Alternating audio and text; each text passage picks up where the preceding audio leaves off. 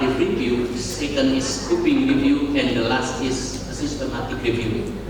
This classification has been backgrounded with the depersonalized, the completion of resources, and mainly focused to methodologies and rigority.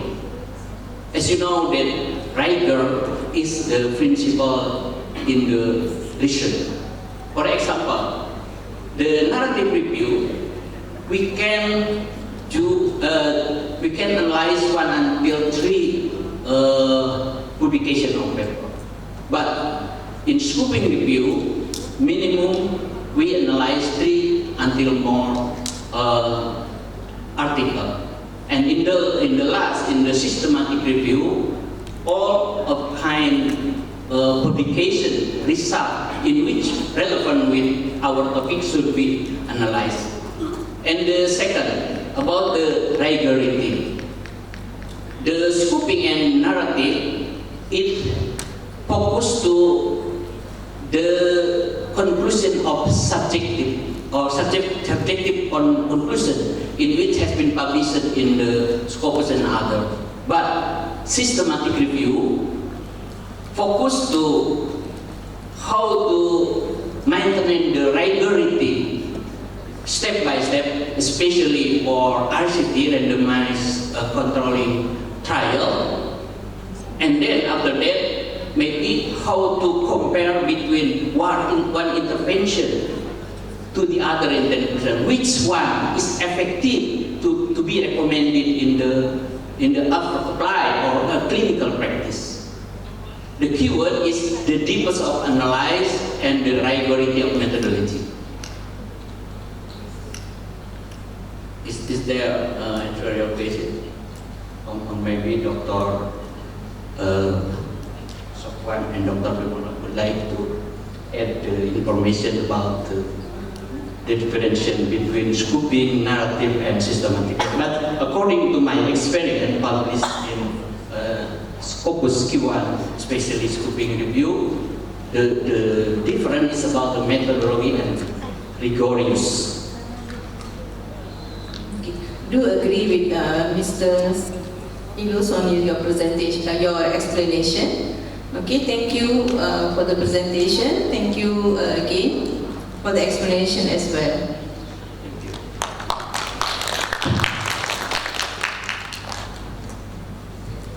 Next, we will invite Madhya with the title of Nursing Intervention for Reducing Sexual Risk Behavior Among Adolescents, a scoping review.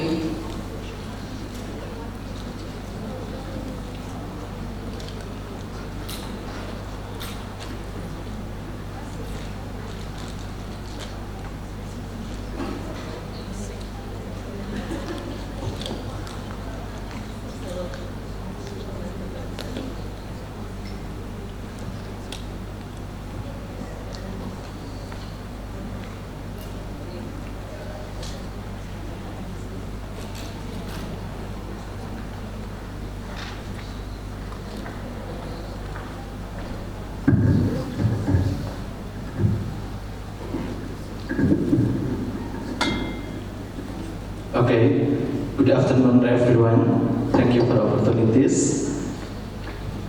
My name is Rahman Hikmat. I represent IMARDIA for presenting about the manuscript with title Nursing Intervention for Reducing Sexual Risk Behavior Among Adolescents, a scoping review in International Conference on Recent Advancement in Sustainable Healthcare.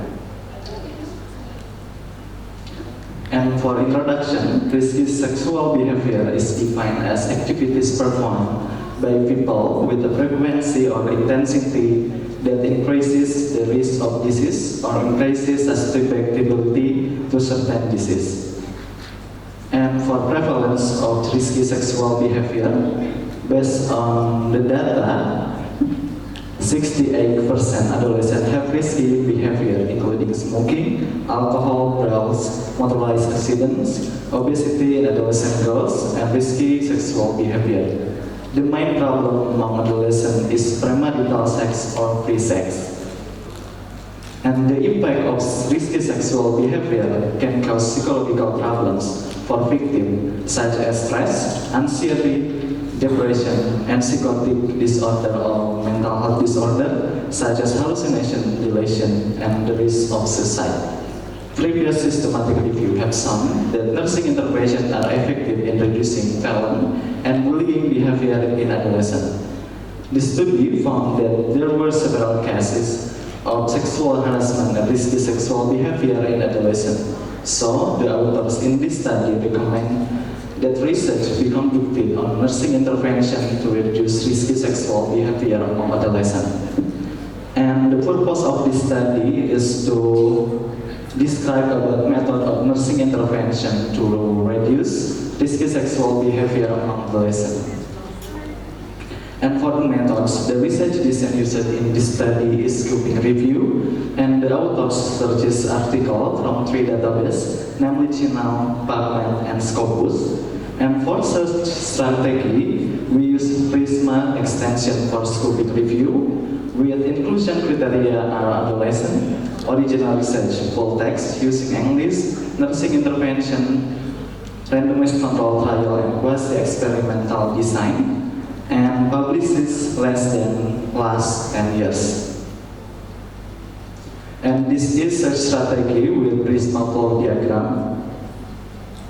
We found 10 articles included in this study, and we synthesized the study.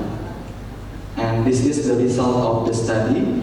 Based on the characteristic of the articles in this study, the authors found that 3 articles from USA, 1 article from Uganda, 1 article from South Africa, 1 article from Canada, 1 article from Zimbabwe, 1 article from Spain, 1 article from Indonesia, and 1 article from Ghana.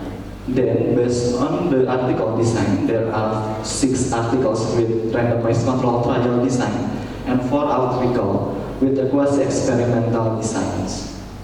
And based on the result of article selection through inclusion and exclusion criteria, we found that there were 10 articles that discuss nursing intervention to reduce risky sexual behavior in adolescents. The author classified nursing intervention based on similar intervention, and the authors found that 3 methods of nursing intervention, namely school-based programs, community-based programs, education programs, and online programs. 4 methods. And for discussion, nursing intervention is a process of nursing care from assessment to implementation of nursing to improve the quality of patient health. Nursing implementation given to patient must be in accordance with appropriate assessment and pay attention to the stage of adolescent development. This effort can improve the optimal nursing implementation processes for adolescents follow. This is in line with previous studies which show that the provision of nursing care must consider the stage of adolescent development in order to obtain optimal result. Comprehensive implementation of nursing by paying attention to various aspects.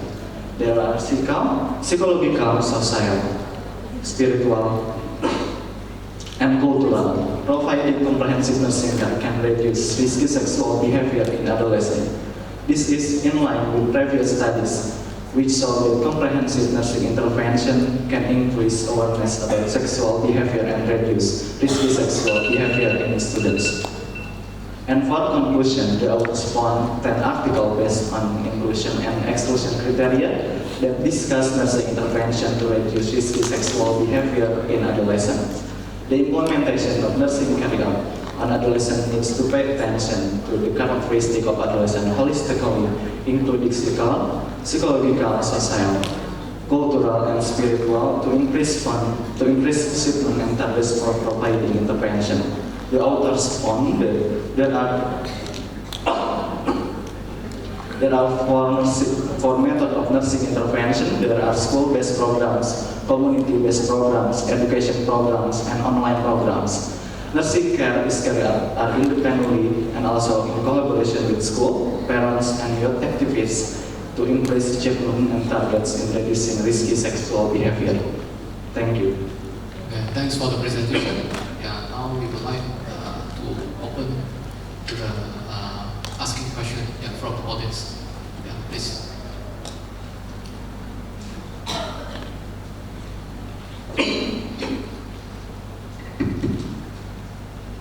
Thank you very much for the opportunity for me.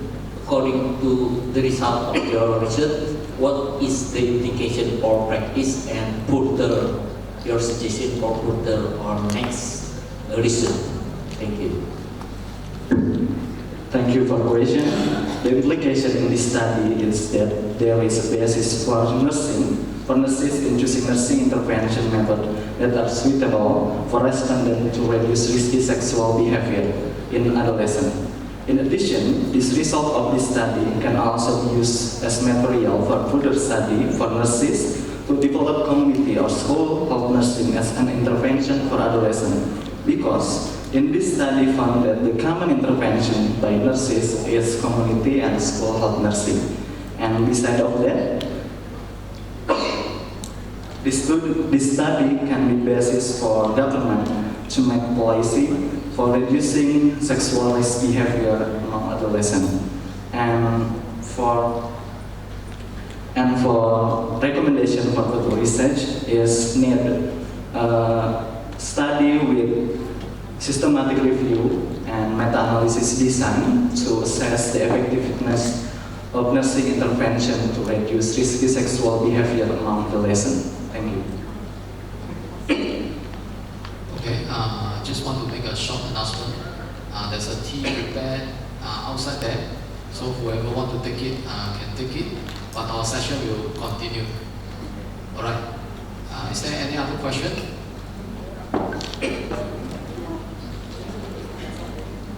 Alright, due to the time constraint, we may move to the next presenter. Thanks for the presentation. Welcome the next presenter, Ms. Nazia. The title of presentation is Effectiveness of Polyhexamethylene Diguanide among patients with diabetic foot.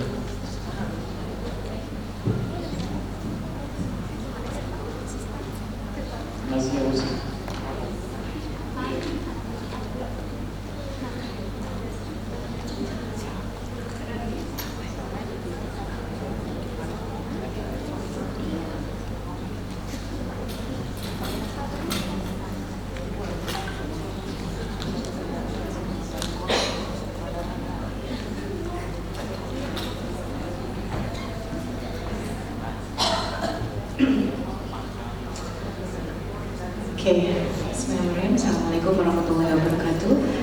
Good afternoon, everyone. Thank you for the opportunity. I came to explain my manuscript is effectiveness of using polyhexamethylene biguanide (PHMB) on the diabetic wound biofilm. For introduction, in our country is Indonesia. Level diabetics to high fifth for the world. Diabetics in Indonesia is 19.5 million. The prevalence is 10.6%. For the population in Indonesia is to have diabetics on 2045. International of Diabetic Federation IDF 2021.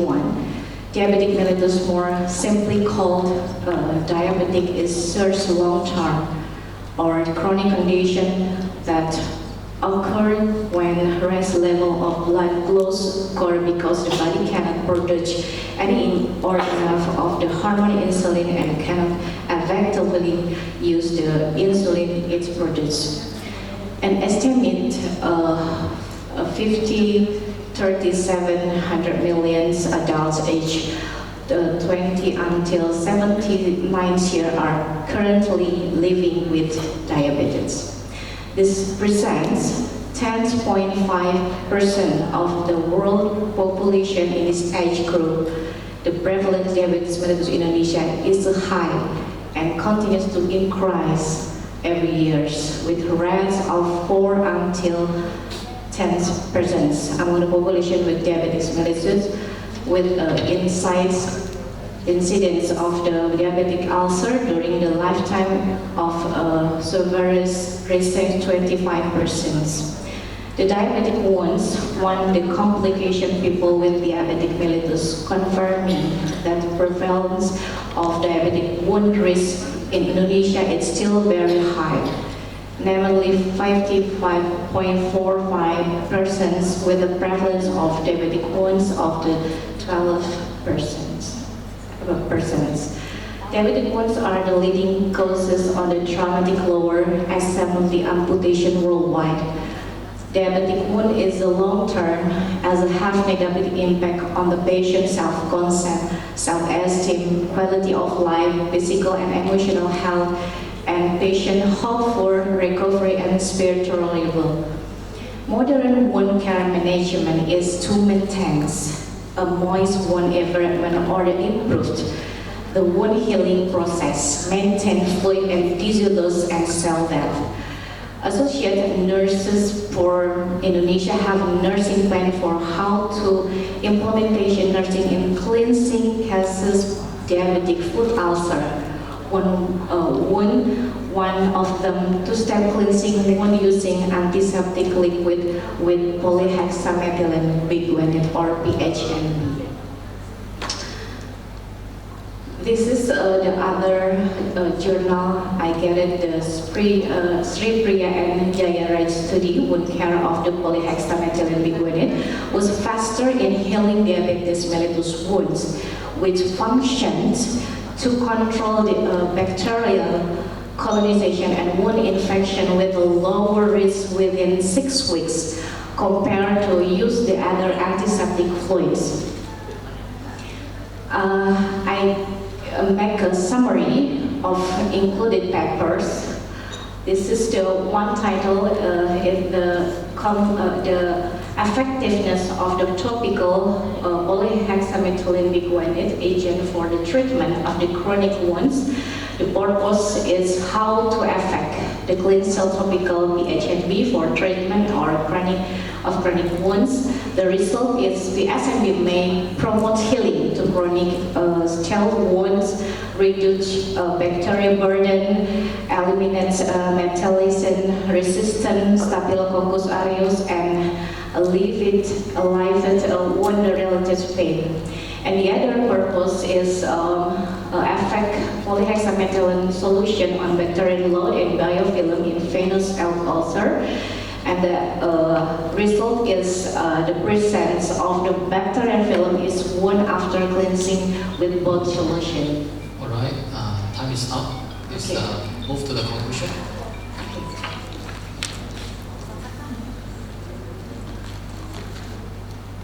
Okay. The discussion is to analyze data is using a very simple to test obstacle value is significant. The moist wound healing technique is wound handling technique is keeping the wound moist so that it can facilitate cell movement in the wounds, can speed up and renunciation process is wound. Apart from that, it is a simple implementation diabetic wound carries biofilms. The conclusion is the decrease in the age score of the occur above as a whole and only focus on biofilm condition. There was change in biofilm in diabetic wounds before and after the use polyhexamethylene biguanide is wound washing fluid. Polyhexamethylene biguanide is effective as a washing fluid for diabetic wounds at Bogor Walker Center. This is the documentation my patient. Thank you, Okay, Nazia. thank you for attention. Thank you, Nazia, for the presentation. Sorry, we are not opening any question from the floor due to the time factor. However, I have some question for you, Nazia. Yeah. How do you control the confounding factors in this study? And do you have control and interventional group? I don't have the control because I'm wearing the quasi-experimental. One should study, one should intervention. Just put it on to total sampling. The sample size to total sampling by using it. So how do you say the effectiveness of this method against the other wound care methods? Okay, the implementation on wound care healing, we have to implement the 3M. 3M is how to cleansing, how to diversion, how to impact to antimicrobial for diabetic foot ulcer. Assessment for the patient diabetic foot ulcer, we can assessment SIP for biofilm. We can control by assessment. Assessment is for 8 instrument for 8 instrument for control biofilm. The managing how to managing the biofilm. For the result is cleansing. The one step to how to cleansing, and then you can remove to biofilm for chronic and the FU patient. Okay. However, when you need to publish or you need to generalize this study, you need to prove it. Okay, with the control group and then with controlling the confounding factors. Thank you. Right. Thanks for the presentation. Now we move to the next presenter. Yeah, Oba. The presentation title is Sleep Time Management and Improving Children's Appetite, Systematic Review. Ladies and gentlemen, just a small announcement. Due to time constraint, there is no time for your coffee session. If you are hungry, you can go out and take your coffee and you come back here and your food as well. So this session will be continuing till the last presenter. Yeah? Thank you.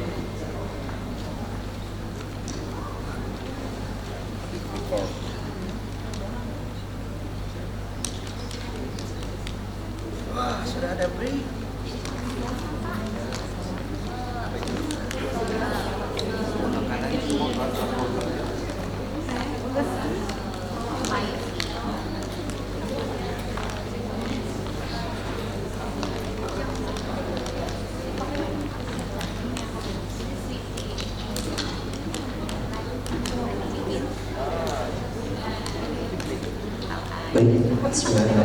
Assalamualaikum warahmatullahi wabarakatuh.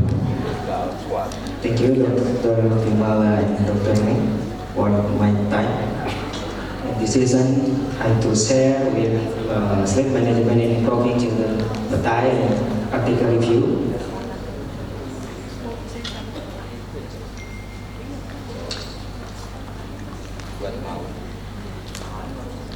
My background is the tuberculosis is one of the infection disease in the world causes infection Mycobacterium tuberculosis, and then appetite to lower tuberculosis patient is caused by tuberculosis, which the effect decrease appetite, implies absorption of nutrition, and increase metabolism with cause and with loss.